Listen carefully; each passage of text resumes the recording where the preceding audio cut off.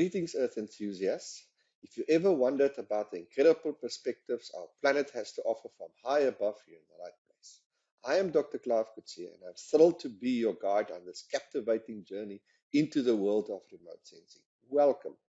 And please remember to like, subscribe to, and share this video. Thank you. In our previous two video tutorials, video tutorial 81 and video tutorial 82, we looked at and we explored two different options or two different sources to access and to download Sentinel-2 images. And specifically, we looked at in video tutorial 81, we looked at the Sentinel Hub, and specifically its browser to download a Sentinel image. Remember, we spoke about using the 32-bit float, high resolution, and we select all the bands and you select download. That is after you have registered. So that's the first option. Okay, but here in this case, you download the individual bands. Okay, so you don't download the image per se, you download the individual bands for your region of interest. And then once it's downloaded to your project folder, you just basically open it or import it into QGIS. The second option that we've explored was working through Earth Engine, and that's basically working through the data set or the Sentinel homepage. And if we go to the bottom and we copy it into our Earth Engine, our beloved and trusted Earth Engine, we can generate an image and then export that image also to our project folder, etc., etc. Now, in that previous video tutorial, we noticed, or I indicated to you that we have to look at our scaling factors. You'll see there's our scaling factors. And we have to compensate for that in our Earth Engine, okay, in our script.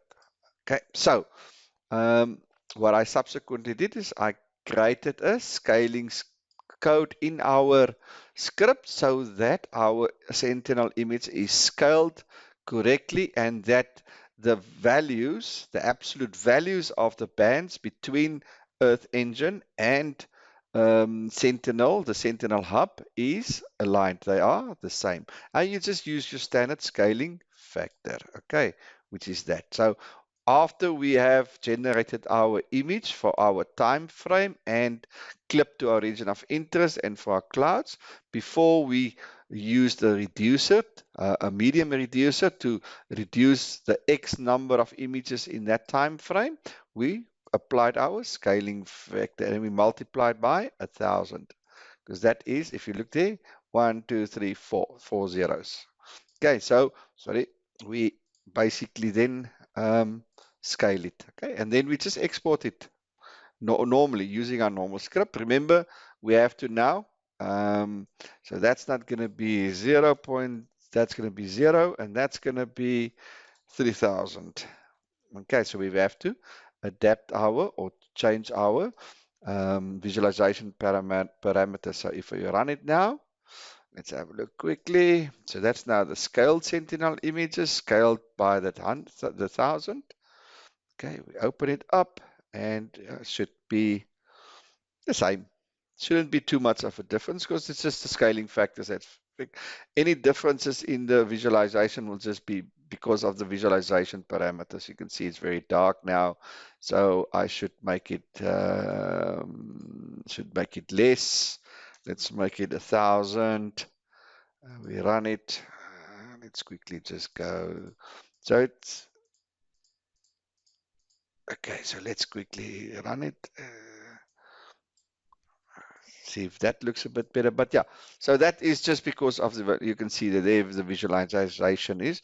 And if I use the console, the inspector, I click on any of these, you'll see that it's now scaled. It's not the 0.00 as it used to be. I don't have it. We don't have it, the old ones.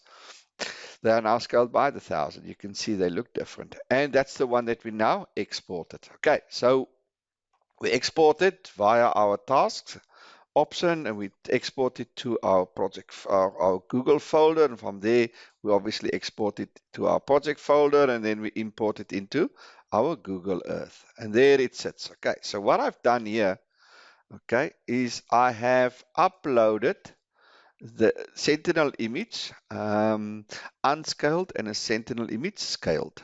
Okay, so if you look at the first one here, the Sentinel 2000 without the one, let's call it, now open it, you'll see that in the, sorry, this is a scaled one, you'll see that the values are pretty much scaled. It is with 1,000. How do I know that?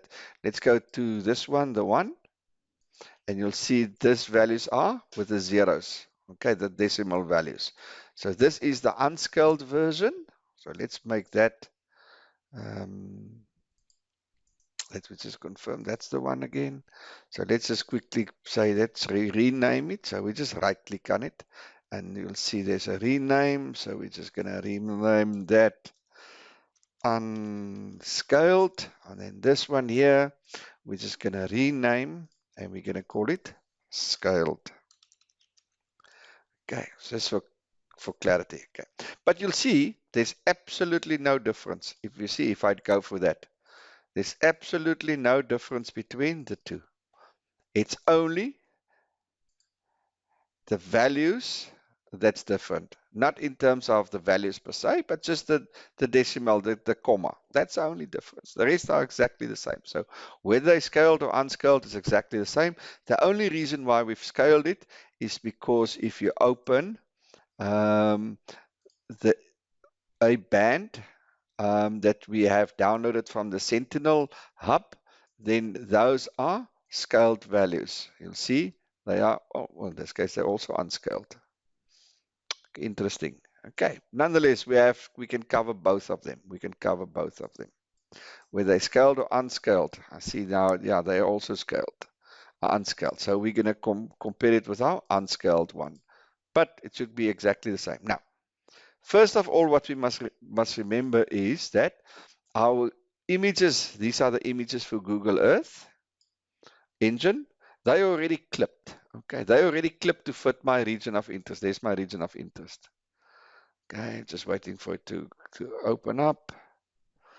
So my region of interest is already, my images for Google Earth engine is already clipped. So I don't have to worry about clipping it. And they've already been put in an image, in a single image. So these images, the Sentinel 2024 unscaled and Sentinel 2024 scaled, those are images.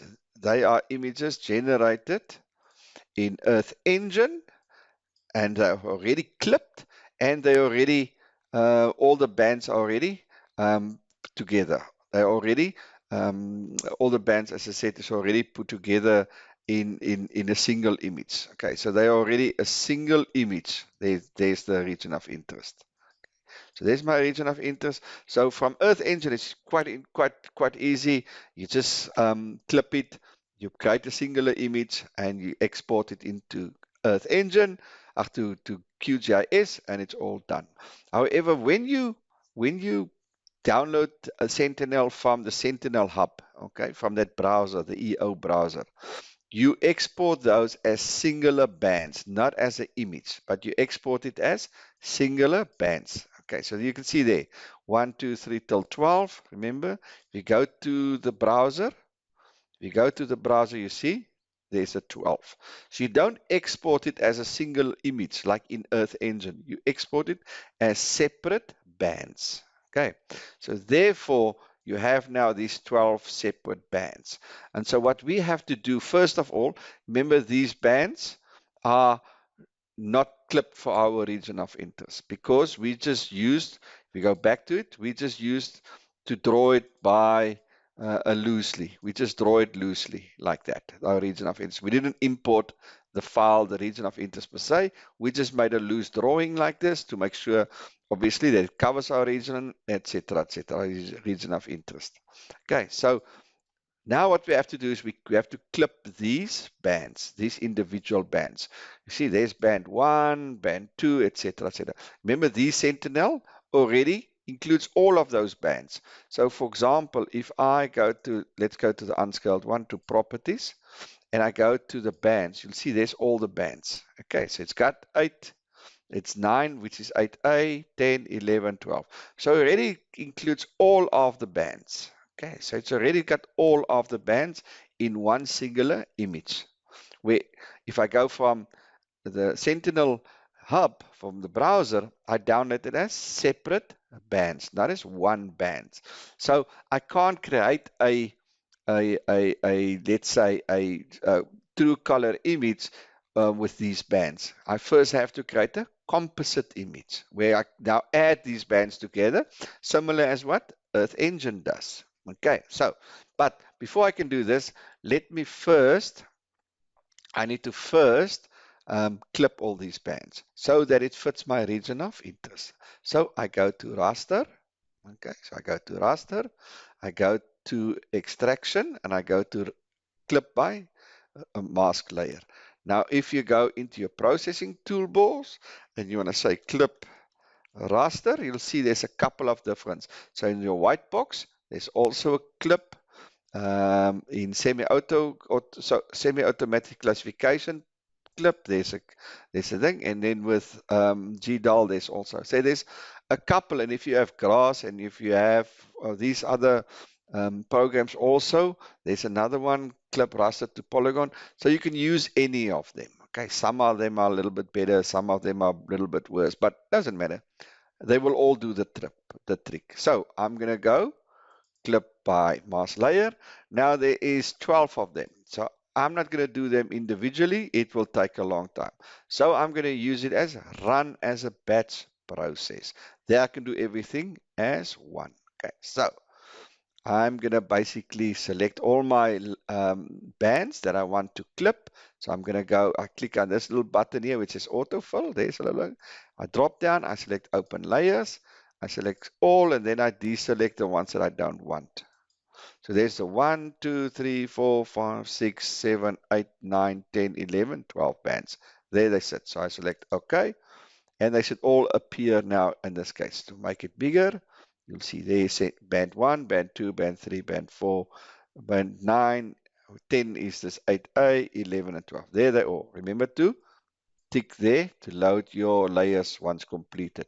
And if I click on this one, it will lay it above that. Okay, so please make sure you have to, but for simplicity, put your marker there where you want these layers to be loaded. Otherwise, it will be loaded all and it will take time. Okay, so we're not gonna, then I'm obviously gonna choose my mask layer, my polygon, which is, I only have one, which is this RE.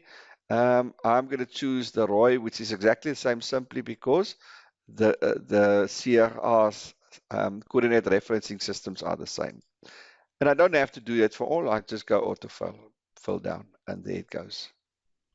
Okay, so now I've got, okay, I don't want this one. I don't know why that one is there. I'm just going to delete that. So there's band 1, 2, 3, 4, 5, 6. That's all of them, 12 of them. I'm going to clip it around my region of interest. If you want to change the coordinate referencing system, let's say from the current one to this, you can do that as well. But we're not going to do that. I'm going to leave it for open for now. But ideally, that's something you can do. And then obviously, you can leave all these things. You don't have to do anything. So as I said, you only do the first 2 columns, okay, which is the input layer, the mask layer.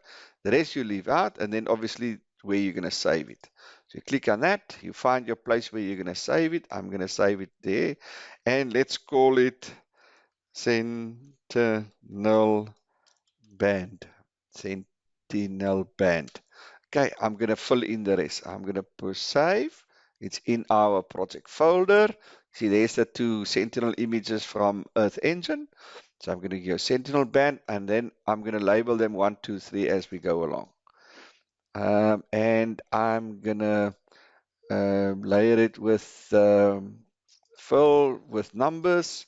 And there we go. See, there it goes. Sentinel Band 1, 2, 3, 4, 5. Now I just need to compensate for the 10. Remember, there is no band 10. Okay, so there's Sentinel Band 1, 2, 3, 4, 5, 6, 7, 8, 9. Now let's make sure that there is 9, and then it jumps to 11 and 12. So that must be then band 11, and that must be band 12, and that must be then band 8A. So please make sure that your references here corresponds to the correct bands here. So it's 1, 2, 3, 4, 5, 6, 7, 8, 9, and then it jumps to 11. 1, 2, 3, 4, 5, 6, 7, 8, 9. Then it jumps to 11, 12, 8A is the bottom one, 8A is the bottom one. Once you're happy that all these things are done and you have selected to lower and the place selected that they, after completion, the layers are loaded, and you selected the place where these layers will be loaded, you press run. Now you just sit back and relax for a while QGIS is doing its thing. Now, as I said, you don't have to do the clipping in QGIS. You can do the clipping in Sentinel Hub, but I think it's much more stressful than in doing it in the hub than in doing it QGIS. Okay, that's done. And then let's minimize these ones. Let's minimize them. Okay, I don't know why it didn't load where it was supposed to load, but you can see there they are all now clipped. Let me just move these ones up again. I can move them by highlighting them all and then move them. Now let's have a look and see. You can see they're all clipped to our region of interest. They're all clipped to our region of interest. There they all are. Now they give it to you. So let's rearrange it. So I want band 1 first, band 2, band 3, band 4, band 5, band 6, band 7, band 8, band 8A, band 9, band 10 and a half. I'll just rearrange it. Okay, so there they are. There's all the bands. Now just have a look and see. Okay, there's the Sentinel 1 band clipped, and there's the Sentinel band raw. You'll see they are exactly the same, no difference. The only thing is they're clipped. Otherwise, they're exactly the same. So what I can do is I can delete these ones now because we're not going to use them. So rather than just using space and stuff, let's delete them. And we save. So what do we have now in QGIS? We have in QGIS our region of interest. Okay. And we have a Sentinel image scaled. And we have a Sentinel image unscaled, both created in Earth Engine. And plus minus for the same. Remember, the Earth Engine one is a medium, it's reduced. But I'm not sure how many images there were in that period. We tried to make that period very, very narrow. So there can't be more than 2 or 3 images. Nonetheless, they are there. And then we have all our bands. Okay, all our bands that we generated from the Sentinel Hub platform, the EO browser. Okay, and the individual bands. Okay, so let's have a look. Band 1, remember band 1 is aerosols. Band 2, we can open it to get the scaling. Band 2, okay, band 2 is, what is band 2 again? Let's go back to our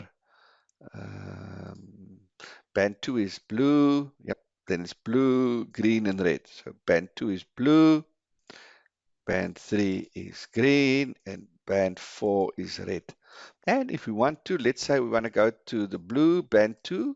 Let's put the blues there. So we're going to go single color and the blues. Let's give it the blues. Apply. I don't know why it's giving me this all of a sudden. There's the blues. Okay, so remember band 3 is green, so let's give it the greens. So I'm going to go single color, single Placido color, and not blues. I'm going to give it the greens, continuous, classify, and apply. And okay.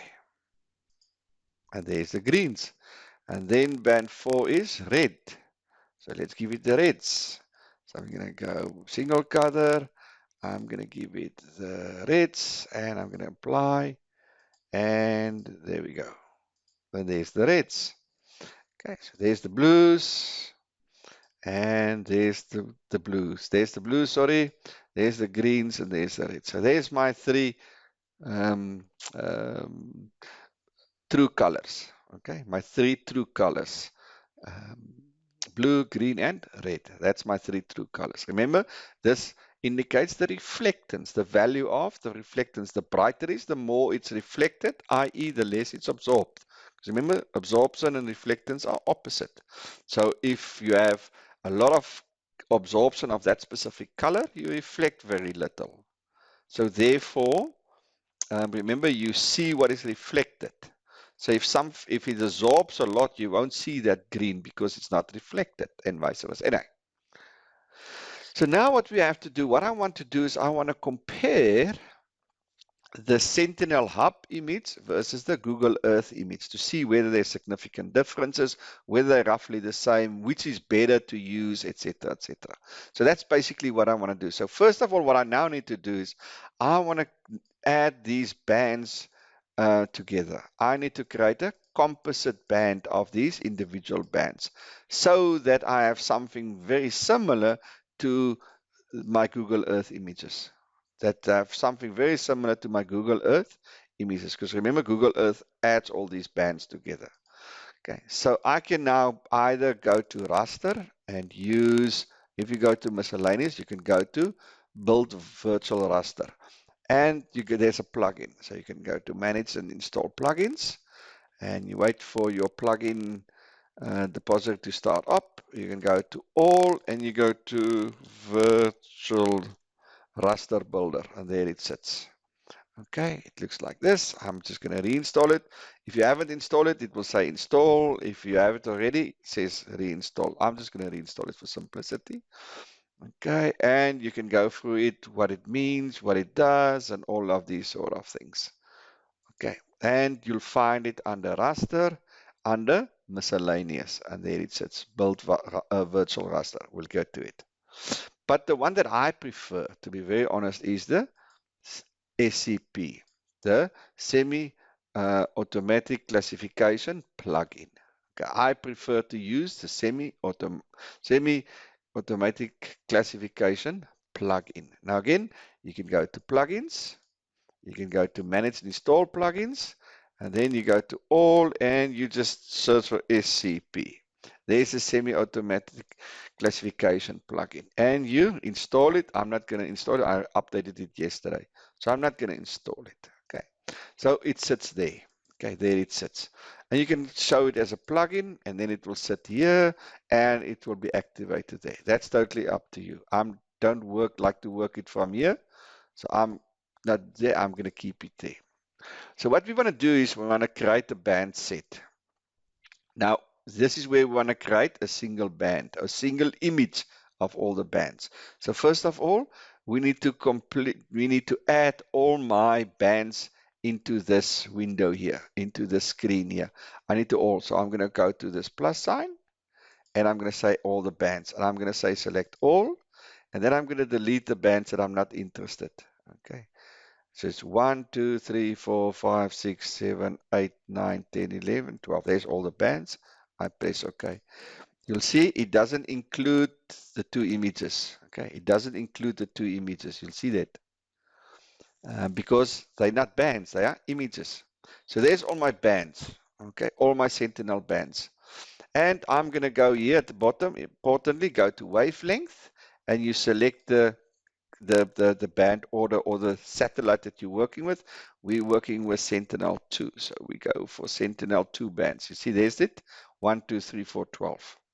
Okay, click that and you'll see it will order itself. Okay, it will order itself, and you can say their band number, etc., etc. So I've now added all my bands into my SCP plugin, my semi-automatic classification plugin. They are called band 1. The whole thing is now called band 1, and I have indicated which source I'm working with or which satellite I'm working with. And now I'm going to say, okay, I want to create a virtual and or a stack. Okay. Now they're going to give you exactly the same image. But nonetheless, let's do both of them. So all it does is basically take all these bands and create one image. Exactly what Earth Engine has done. Okay, so we're just doing it step by step. This is what Earth Engine does automatically. Okay, and then we basically, now we're all happy with all the bands in there, all 12 bands. We've selected the right source of it. We've set which ones we do want to do, and then we just press run. Okay, so we're going to go, we select our folder, we select it, and we just give it a couple of times. It will give you a TTT sound and all sorts of things. And then it says it is complete. The process is complete. Now you go into, I'm just going to minimize this. Now you go into and say, well, there's nothing here. I don't see it here. Yes, it's not there because it doesn't automatically load it. You have to go and include it, and you, by adding the layers. So you go layer, add layer, go add raster layer, then you go to your folder and you see there's my stack and there's my virtual raster. Okay, there's my stack and there's my virtual raster, and you just press OK and add and close, and voila, there it sits. Now let's undelete those ones. There is my, okay, let's unselect all my bands. Okay, so it has, okay, let's move it again so it's in the right place. There's my bands. I'm going to unselect my bands. I'm going to keep my bands. I'm not going to delete them. Okay, so there's my, let's go with, there's my stack first. Okay, there's my stack. You'll see it's band 1, 2, and 3. So let's, because remember our unscaled is 4, 3, and 2. That's our unscaled Earth Engine one. This is now our stack unscaled. Let's go and also make it 4, 3, 2. So we're going to go 4, 3, and 2. 4, 3, and 2. Press apply. Okay.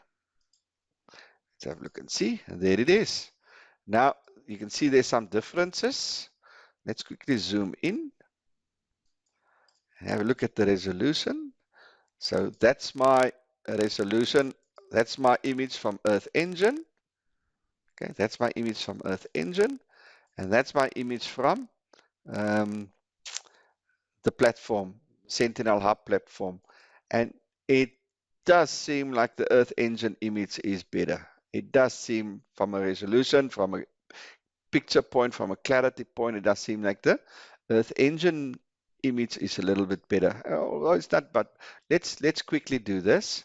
Let's go and have a look and say, what is the minimum? We need to now get these values for the two exactly the same, because then the images will be, I think, roughly the same. Let's have a look and see. So that is 319. You see that is 0. And that's 319398. Let's have a look and see. That's not 0, that's different values. You can see and that's why there's some differences in the in how the images looks different. They look different, but it's just because of the band values. So if we do, we can't do, it's going to take, well, play around. If we, okay, let's do this quickly. If we take that value, so this is going to be a bit of a painstaking exercise because you're going to have to do them individually now. So let's do that there to see if anything changed. Nothing much change. Okay, so let's go properties here. Take that one there, copy, cancel, go the stack one, properties, and change it there. See if anything changes. Well, I think you get the idea that I think, well, I'll do it after the video and I'll show you the results. Okay, and we can do the virtual raster. There's my virtual raster. Now the virtual raster is also 1, 2, 3, 4. I was 1, 2, and 3. So let's quickly go properties and also make that 4, 3, 2. You can see those values are even more different. than the stack one. Although, yeah, so you can see the stack one and this one is a little bit more different. Okay. But in general, they're exactly the same. So let's select a position and then see what the actual values are. Let's select that position there. So there is the stack values. Okay, and if we go to the Sentinel, let's have a look. 0.803, 0.1803, that's for band 1, 0.1803. Let's go there. You can see 0.1852, basically the same. And if you go to the virtual one, I click there again, you'll see 1803. And the only difference why there's slight difference is because I don't click on an exact position. You'll see there's different positions there. So if I go to the unscaled, let's go there.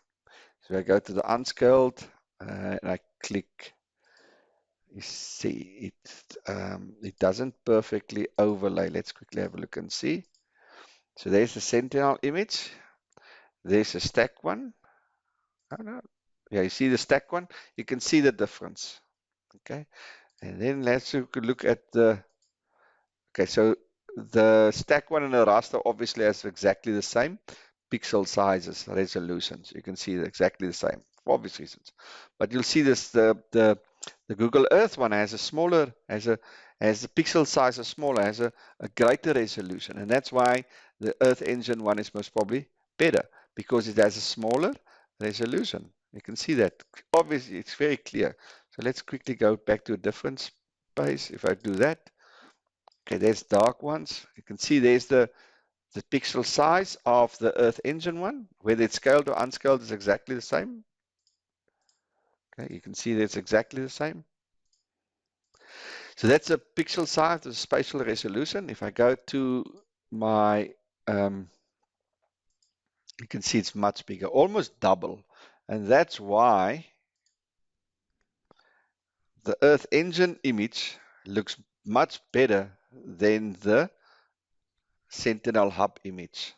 And you can see that's because of the pixel sizes. So you might decide which one you prefer to work with. They all have their ins and outs.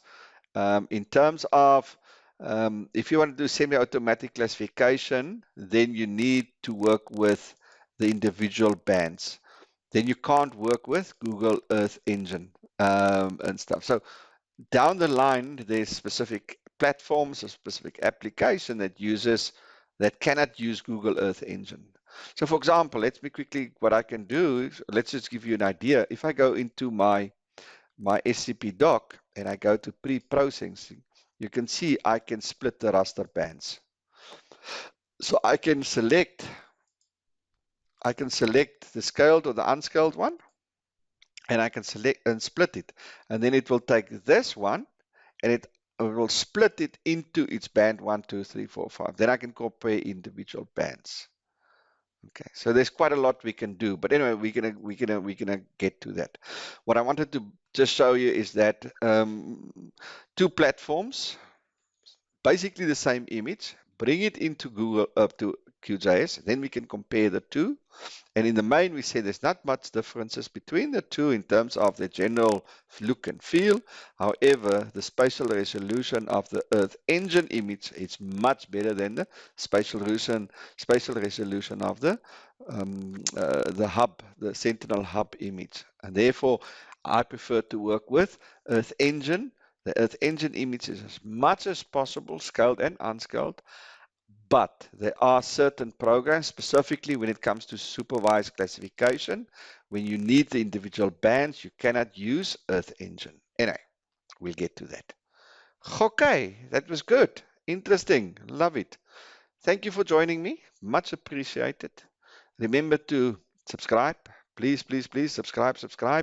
Tell your buddies and friends to subscribe. I really need the support. We want to go into the atmosphere. We need all the fuel, all the energy we can get. Your subscription means a lot to me. It just gives me that boost to get into the next atmosphere, the galaxy, so to speak. Thank you. Stay tuned. I'll see you on the other side.